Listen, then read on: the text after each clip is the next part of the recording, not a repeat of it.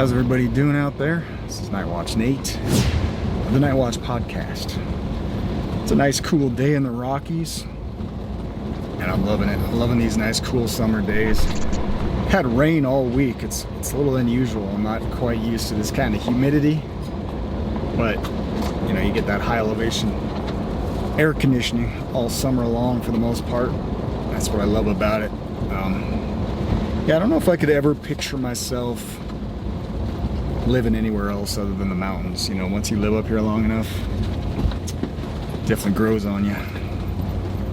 And it is a luxury, you know, make no mistake that I am grateful for. Actually, I mean, the only reason we live up here is because my dad was thoughtful enough to purchase some land up here. And yeah, my parents-in-law, they have 30 acres, beautiful prime acreage. We got some nice usable land up here, and yeah, land is wealth. That's true wealth in my mind. You know, everybody's talking about all these different petty digital assets and NFTs, and what's the latest one? WorldCoin. Have you heard about that WorldCoin? Pretty interesting stuff, guys. It's just kind of like this creeping compromise with these digital currencies, and you know, of course, Satoshi Nakamoto has been trending on Twitter lately, the mythological figure behind the creation of Bitcoin. Started the ball rolling, right? And you know, it's really become, in my mind, I tweeted this out recently, it's become a cult. Yeah, crypto cult, I guess you could call it. And the whole idea, I think, behind it, the whole myth of Satoshi was to kind of warm up everybody to the idea, painting the picture that crypto and blockchain technology in particular was somehow anti-establishment, right? This rogue programmer, I don't even think he's a programmer, somehow he just came up with the idea, and then he pooled his efforts together with brighter minds than he was, apparently. And but yeah, from early on, like I covered in a podcast years ago now, from early on, the developers of Bitcoin had an audience with the CIA. So where do you think, shortly after, by the way, this Nakamoto Satoshi guy disappeared, apparently off the planet, and so who do you think took over Bitcoin? You know, whether it was a organic process. There's a book written about this, how the government allows certain technologies to, you know, harness those free market forces to develop. You know, give it some slack, just let it blow up on its own. You know, Bitcoin became insanely profitable. You know, I got a cousin who, man, he told me about Bitcoin, and I heard about it even before then. You know, within the Ron Paul groups back in 2012. But back then, I had like no clue how to even buy into the stuff. Right? It was so niche at the time that you couldn't even find, like, without really trying hard, I guess. Which I apparently, yeah, I wasn't into that. I wasn't that much into it from what I heard about it. It was one of the, you know, there's always a skepticism, right? It's like one of these get-rich-quick schemes, and it's like, yeah, okay, not for me. But yeah, back then it was like $1 or $2 a Bitcoin back in 2012. But more recently, my cousin, Dustin, if you ever watched my videos, still thinking of you, buddy. No, he invested when it was like at $200 a Bitcoin, right? Now it's back up over 30. I'm not even paying attention much anymore, but back over 30K. So figure out the math on that. I know he, in the position he was, probably invested, you know, thousands of dollars into it over time. And he's been holding on it ever since. I mean, even when it tanked back down to like 15, I asked him last I saw him at his wedding, and he's like, yep, still holding on to it. Good for him. But so yeah, and since the $200 mark, I think it's probably increased something like 50,000%. right? If you know anything about percentages, that's insane, right? And so if you're an early adopter of this technology, think of that, right? The people that had the real inside info on where they wanted to take this technology, filthy rich. You can see how, and I call it like crowdfunding for the rich is what it is, right? It's all this, they paint it as the people's currency, right? I've heard an article refer to Bitcoin as, yeah, it's all this social justice-y nonsense that they're trying to paint over it now. Like, it started out with the, and I thought it was interesting, I thought the greatest obstacle would be the libertarian types, right? And those were the groups, you know, within my circles at the time that thought it was just the bee's knees, right? The greatest thing, because they're all anti-Fed, right? These were back in the days before anybody really even thought about the Fed Reserve. You know, when our mantra was end the Fed, right? We finally got Ron Paul to say that in public. He wanted to audit the Fed, and we're like, no, how about we end the Fed? And he eventually caved to the popular demand, I guess. But there was a large crowd there. I couldn't see the crowd very well. It was that dark. But they said there were a lot of young people there. So I went on and gave my talk and alluded to the monetary system and the Federal Reserve. And all of a sudden, a bunch of them started burning Federal Reserve notes. And then they started chanting, end the Fed, end the Fed. You know, I mean, where did this all come from? So that... So I'm on the receiving of that information and that message. They were telling me to end the Fed. So I said, well, that does sound like a good idea. So we have promptly introduced, once again, the bill to end the Fed. So. Good old Ron Paul. He's still around, by the way. If you haven't watched his Liberty Report, he's still fun to watch. That guy is a stalwart of libertarian. He's the godfather, the gold standard of libertarianism, Ron Paul. But yeah, I'm almost a little washed out looking, aren't I? Oh well. Now I got this camera on a different setting. By the way, this is probably the last time I use this lens because I get a little water in it and it's got some aberrations going on anytime that there's a stark contrast. Kind of like my eyes, you know. I got warped corneas and my right eye is better than my left eye. But yeah, at night, that's kind of how my vision is. It's kind of like looking at a rainy windshield. So yeah, keep that in mind anytime I'm filming at night, right? I'm driving with a handicap on top of everything else I'm doing for you guys. I'm always trying to guilt you guys into this part of the show. You know how I am, right? That's how my mom was. She was raised a Roman Catholic. I mean, it just comes natural. But I laugh at it, right? So I don't take myself too seriously, and I hope you don't either take me too seriously. But I'm driving the Lexus today. It's a family car, and it's a little quieter, if you can tell, than that big ass diesel truck. Where was I going? Yeah, with Bitcoin, WorldCoin, all these different crypto coins. The way I looked at it, the myth of Satoshi was just this cult to create the perception in the minds of the people that this was somehow an anti-establishment against the system, right? It's going to take down the banking cartels kind of technology, right? Oh, what do they call it? They call it disruptive technologies, guys. And it's like, you can already see how, you know, through the movies and everything else, how this rebellious mindset has been formed. And it's obvious, you know, the more crappier life gets for all of us little peasants down here at the bottom, you know, it's obvious that people are going to be demanding change. You know, people give these people, these elites, right?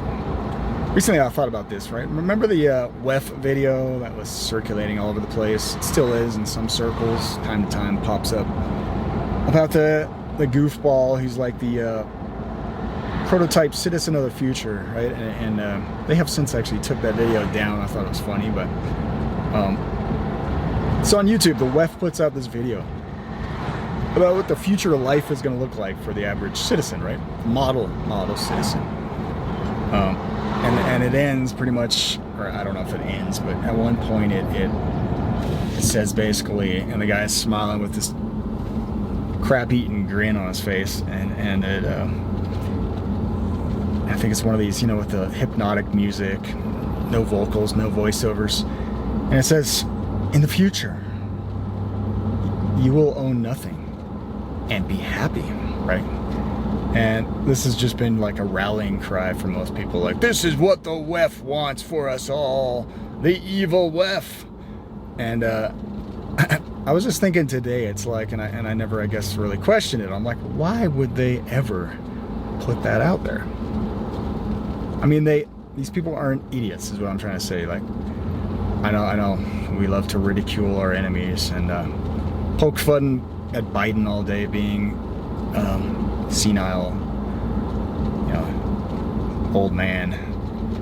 And recently, man, like, some of these people are obviously. Did everybody see the Mitch McConnell thing? That was freaky. And I think I was rewatching the video.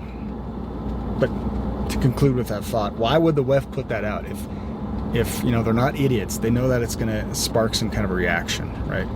They know that just by stripping away ownership from people, by making that claim that this is what you have to deal with in the future, the WEF being who they are, right? The global elites that are scheming and plotting the future for us all. These 5-minute cities and all this bullcrap. Why would they just throw that out there? Knowing that there's going to be some kind of blowback, right? And again, it just in my mind cements the idea that the WEF is another front group. We have to have an enemy to point the blame at when things start getting tough, and we start realizing that our lives our liberties in particular, are being chipped away at more and more and more. And they realize that they're going to reduce, as the Pope called for, right? We're all going to have to reduce our standard of living, right? The Pope said, the guy that sits on more wealth than arguably any organization on the planet, but definitely out of all the major world faiths, Catholic Church is the richest faith. Unknown wealth, right? Hoarding relics for hundreds and hundreds of years. Okay? Yeah, he's going to lecture us on changing our lifestyles, right, guys? The humble Pope, who, people have made the argument, if you sell all the riches in St. Peter's Basilica, all these different massive cathedrals full of just priceless, right, treasures. Who knows what's buried under the Vatican, right, in the archives. And the Vatican Bank, like I said, is the most secretive bank on the planet. Never been audited, probably never will. Yeah, it's like some people have put out there, if they sold all their wealth, then they could feed all the poor, right? Francis, so loving as you are. But you can't do that. You can't, You're supposed to be the big king of hypocrites. That's the role model for the world on the heir to the throne of St. Peter, right? Supposedly, as their doctrine goes, even though it's not biblical. Yeah, Peter was never made a pope, guys, okay? It's a little stretch to go from you are the rock, Peter, rock of the church, to a pope and a new priesthood, right? And we're told over and over again in the New Testament that we have one high priest in heaven, it's Jesus Christ, who's ministering for us all in the heavenly sanctuary, right? These were all types, the shadows of the heavenly things, including the priesthood throughout the Old Testament. You still should try to support independent ministry, in my opinion. People that are still, not 501c3 incorporated, that can't preach the truth anymore because it's considered hate speech. But yeah, these small-time independent ministries, yeah, sure, throw them some donations now and then. But we don't consider them a new priesthood, right? Like the Levitical days, right? Where was I? Yeah, I was wrapping that all up. Yep, the WEF. Yep. The front group, yep. Man, my mind lately, it's been like these clouds, man. Like, I have just been... I'll admit, I'm struggling, guys. I don't know, like, brain fog, big time.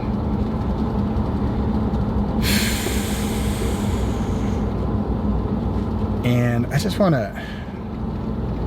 Yeah, Mitch McConnell, that's where I was. Thank you, God. This guy...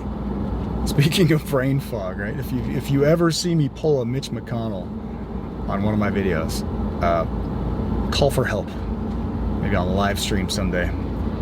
That was scary. That was scary, guys. And rewatching that video of this guy blanking out, just completely.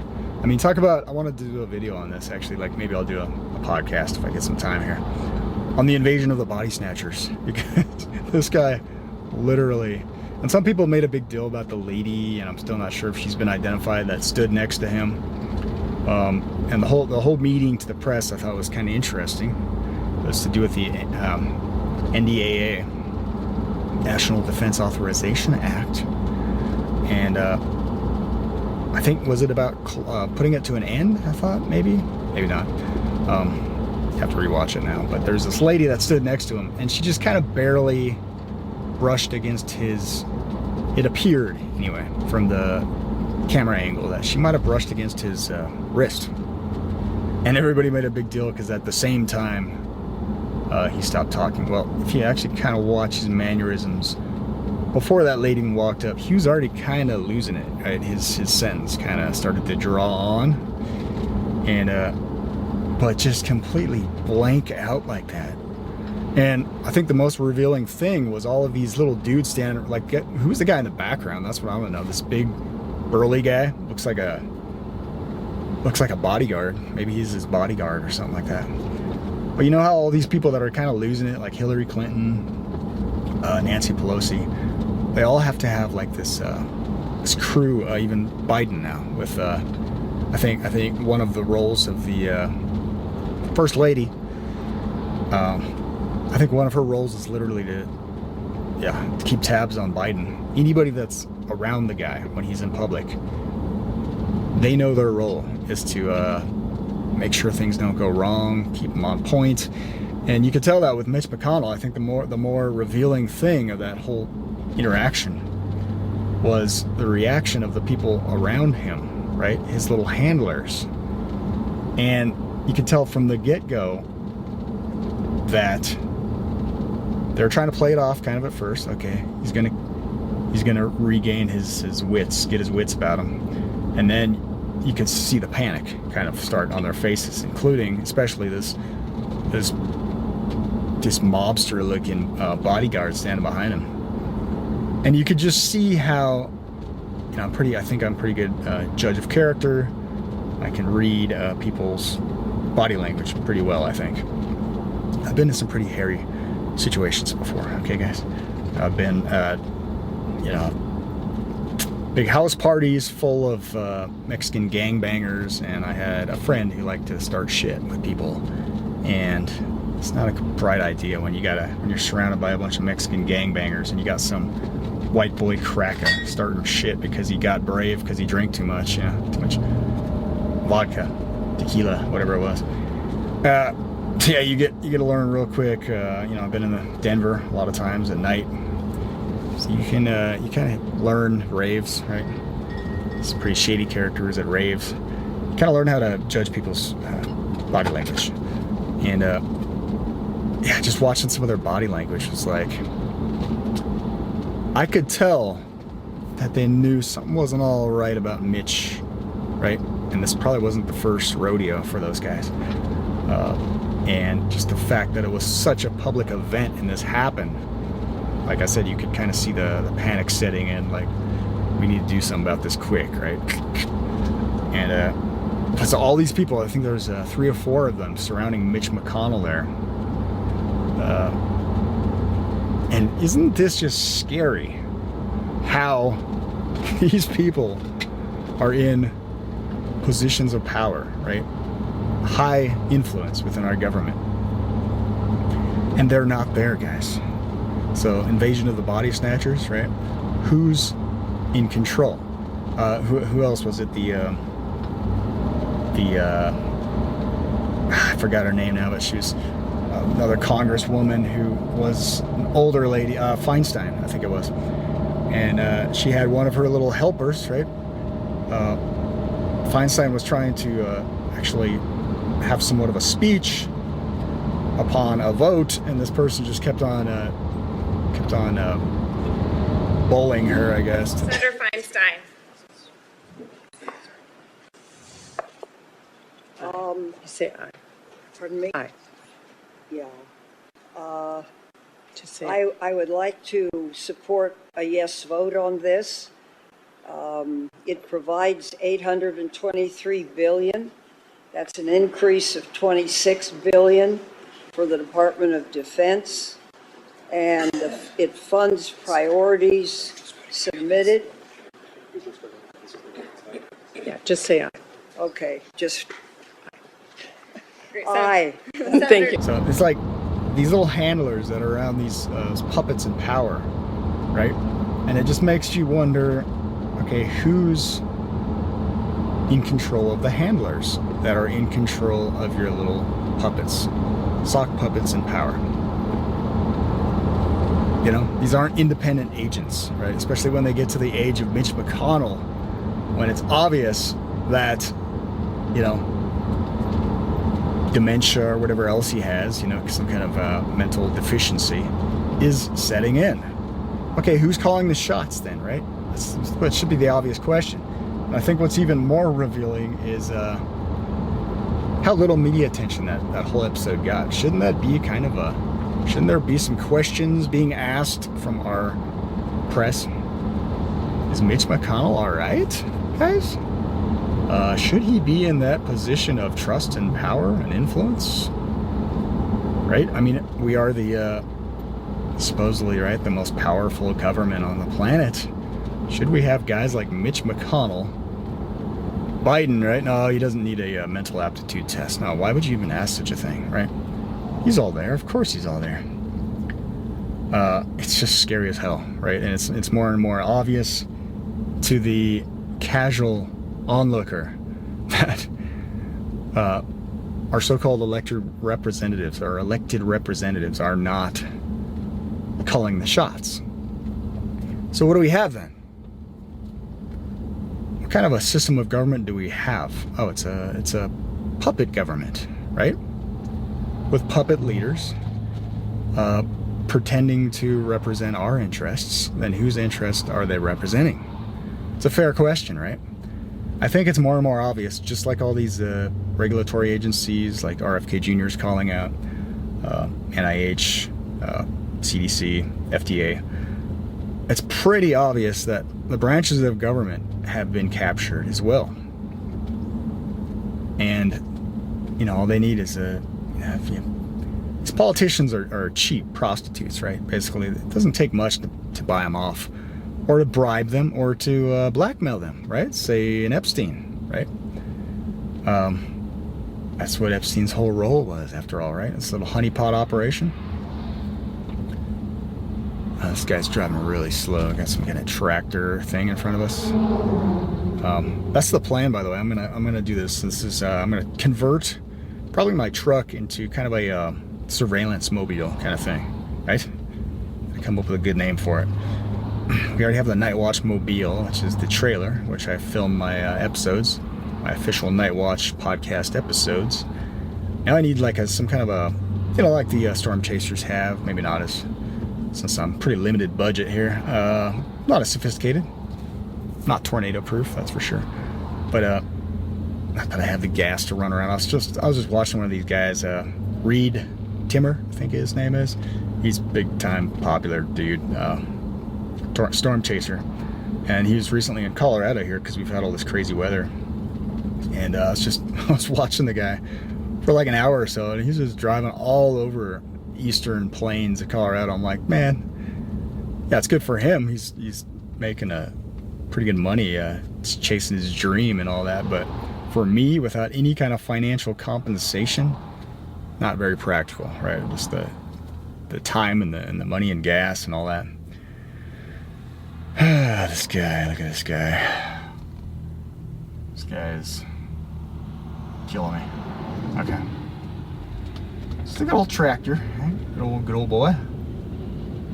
Right? Okay, I won't complain. He wasn't on the road too long. But yeah, I could. Very unpractical driving around trying to chase after storms like that. It would be fun though. Now and then, I'd be down. But yeah, I wanted to. So this is what I'm trying to say. I wanted to put a dash cam on the truck, right? And I think that even the cooler thing maybe would be to stick some kind of camera on the back of the truck or the camper on the truck. And so now and then when I'm just on one of these little rants, as I often do, these rants from the road, I can just switch back and forth to give you guys all a nice shot of the scenery, right? So you don't have to just sit here and look at me the whole time. I mean, I don't want to spend this much time like looking in the mirror in the morning.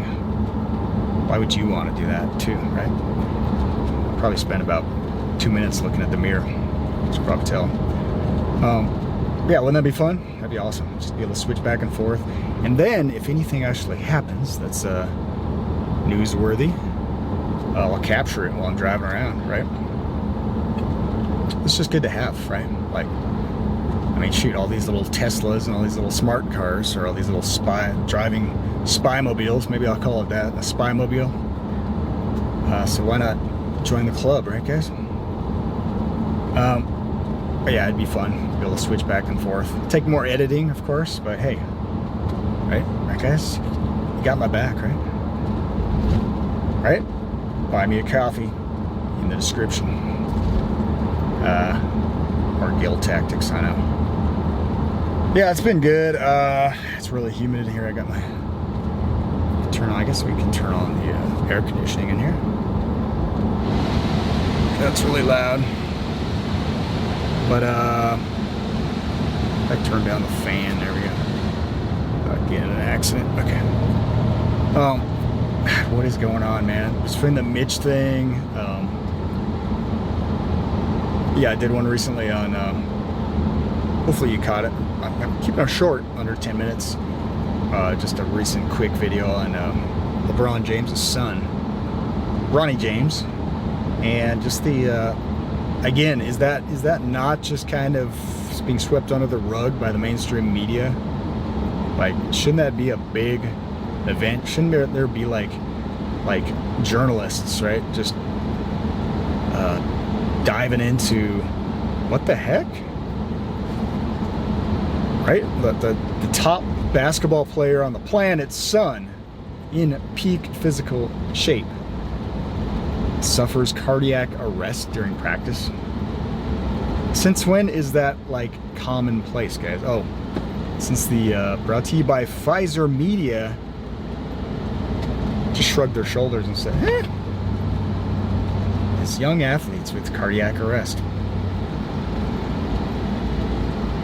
And this is, I think part of it is, like I mentioned in that video, the popular state of denial that we the people are subjected to, that are willfully engaged in, right? We're just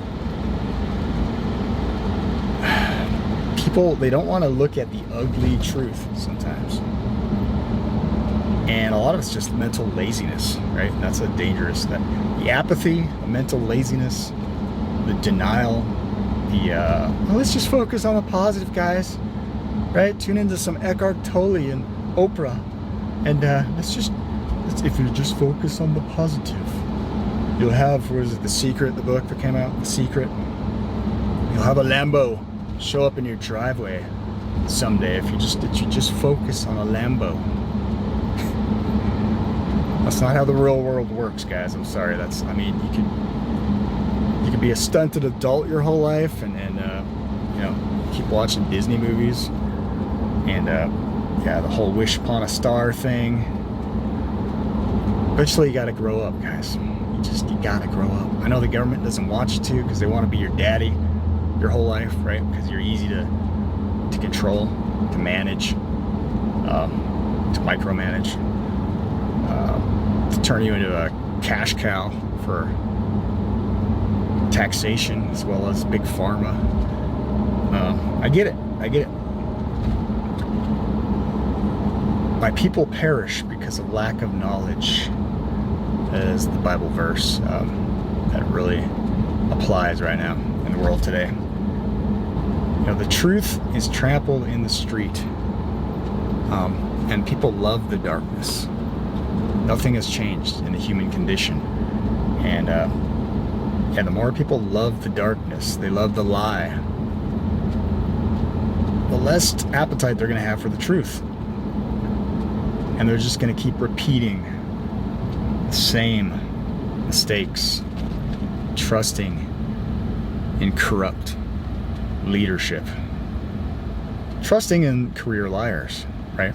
The government that has done nothing from cradle to grave but lie to its people. You're just going to keep trusting those people in positions of authority because they're in authority positions, right? They must be telling the truth. Otherwise, you know, somebody would call them out, and then when people do, those are unreliable sources, right, guys? They're just spreading misinformation. Fact checkers told us so. Yeah. Anyway, I'm on a tangent, as you can see. I've already gone over my time limit. I know the attention span these days.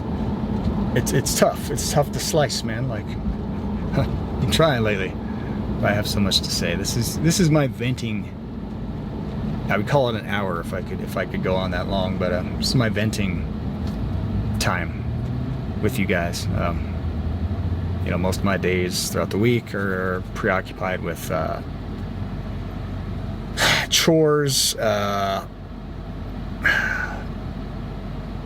work around the farm, projects. You know, I just sold that little trailer. Maybe I'll stick up a picture of it. That thing was awesome. Some guy actually offered me $200 over what I was asking for it, and I was like, hell yeah, get ahead of the line, buddy. And yeah, he loved it. So, man, I'm tossing around the idea of either fix and flipping or just building from scratch little trailers like that. Because yeah, some of those trailers, like I think Overland's one of them. Just the guy was telling me he bought the trailer from me. He's buying it for his kids actually. But there's one right there. Wish I would have got on film. Maybe I did get on film. A little homemade teardrop. Yeah, he's buying it for his kids. He was telling me though that they're looking at newer models like Overlands, and they're like $9,000, right? For these little 6 foot, whatever they are, trailers, 8 foot. And yeah, man, it's good money if you look into like how little material it actually takes to build these things. Majority of it is time, so you really got a system. Gotta get a system down. It helps to have a place to work, which I don't. Nice shop, right? Would be pretty nice. But I don't know. I'm always tossing around ideas. What am I gonna do next to try to earn a little income? You gotta make that money. It's just how it is in life. It's another one of those little adult, grown-up things that hit smack you in the face pretty early on in life. Yeah, if you're not making money, then you are getting poorer and poorer. And I've done a pretty good job throughout my life of just living on the edge. Yeah, just getting by with as little as possible. Anyway, I'm here down in town. God bless everybody. I appreciate everybody like who stuck it out with me on these little tangents and whatnot. All the feedback that I've gotten from people. Yeah, but just the people that have stuck it out with the channel over the years. Man, I'm breaking 1,000 subs now, guys. Sky's the limit, right? Just recently got another video strike, so probably not. Probably on the shittiest of the shit list right now. So yeah, I doubt YouTube is ever going to do anything for me, but I'm still there and trying to branch out as best I can. I'm getting a little traction on Twitter, so hey, shout out, right, to the rebrand of the WEF, Elon Musk. Put a pretty new face on the World Economic Forum, I see. Yeah, I'm just being... I gotta give him crap, right? I mean, he's the most... What is it? One of these little shell accounts that just do nothing but like little fanboys with Elon Musk all day long. Recently put out that he's the most followed, interacted with person on the planet. So he's got to be on our side, right, guys? Guy with that much influence. Hey, I'm just a watchman. I'm just here to call out BS when I see it. Whether or not you like my opinion, that's okay, right? You can always criticize. There's a comments section at the bottom of the video. Let me know. Otherwise, thumbs up. Share if you know anybody that might like where I'm coming from. And yeah, if you can financially, once again, there's the buy me a coffee option. Otherwise, I don't beg for money. You know, I'm just here putting it out. One person asked me recently, you know, why am I doing this? It's like, because this is what I believe to be true. And a lot of it, yes, you know, I shape my perspective of the world based upon the Word of God, because I call myself a Christian, right? Like most Christians should be people of the book, right? And so why do I put out these videos calling out these crime syndicates, you know, the top of the pyramid being the Pope? That's the video that this guy in particular, I think he was a Catholic, was asking about. Why do I put it out there? It's not for money. There's no ulterior motives. You know, the only thing I'm invested in is the truth. And that's why I do this, just to put out the truth. And if I'm not saying that I am the fount of all truth either. You know, if I get something wrong, call me out. That's what I'm saying. That's all I'm asking. And I'll see. You know, I'll look into it. I'm getting all the time people's suggestions and video links. And so yeah, I can handle it, guys. I'm not going to take it personal. It's okay. I'm confident enough in what I know, but I'm not, you know, arrogant enough to claim that I know it all. So, yeah, let me know. Stay in correspondence here, guys. Okay? We should all do that for each other. We got to keep each other in check, right? That's what the body of Christ is there for. And everybody's got their own talents and their own abilities, and you know, God gives people different insight. And this is a cluster F right now, trying to get through here. Okay. Downtown Loveland. It's getting busier and busier here, I tell you. Wait, God bless everybody. I'm not going to ramble on any further, waste your time. So, here to grab some coffee at Dark Heart, as usual. Decaf, of course. And, yeah, I just appreciate everybody out there. God bless. Once again, Nightwatch N8, signing out.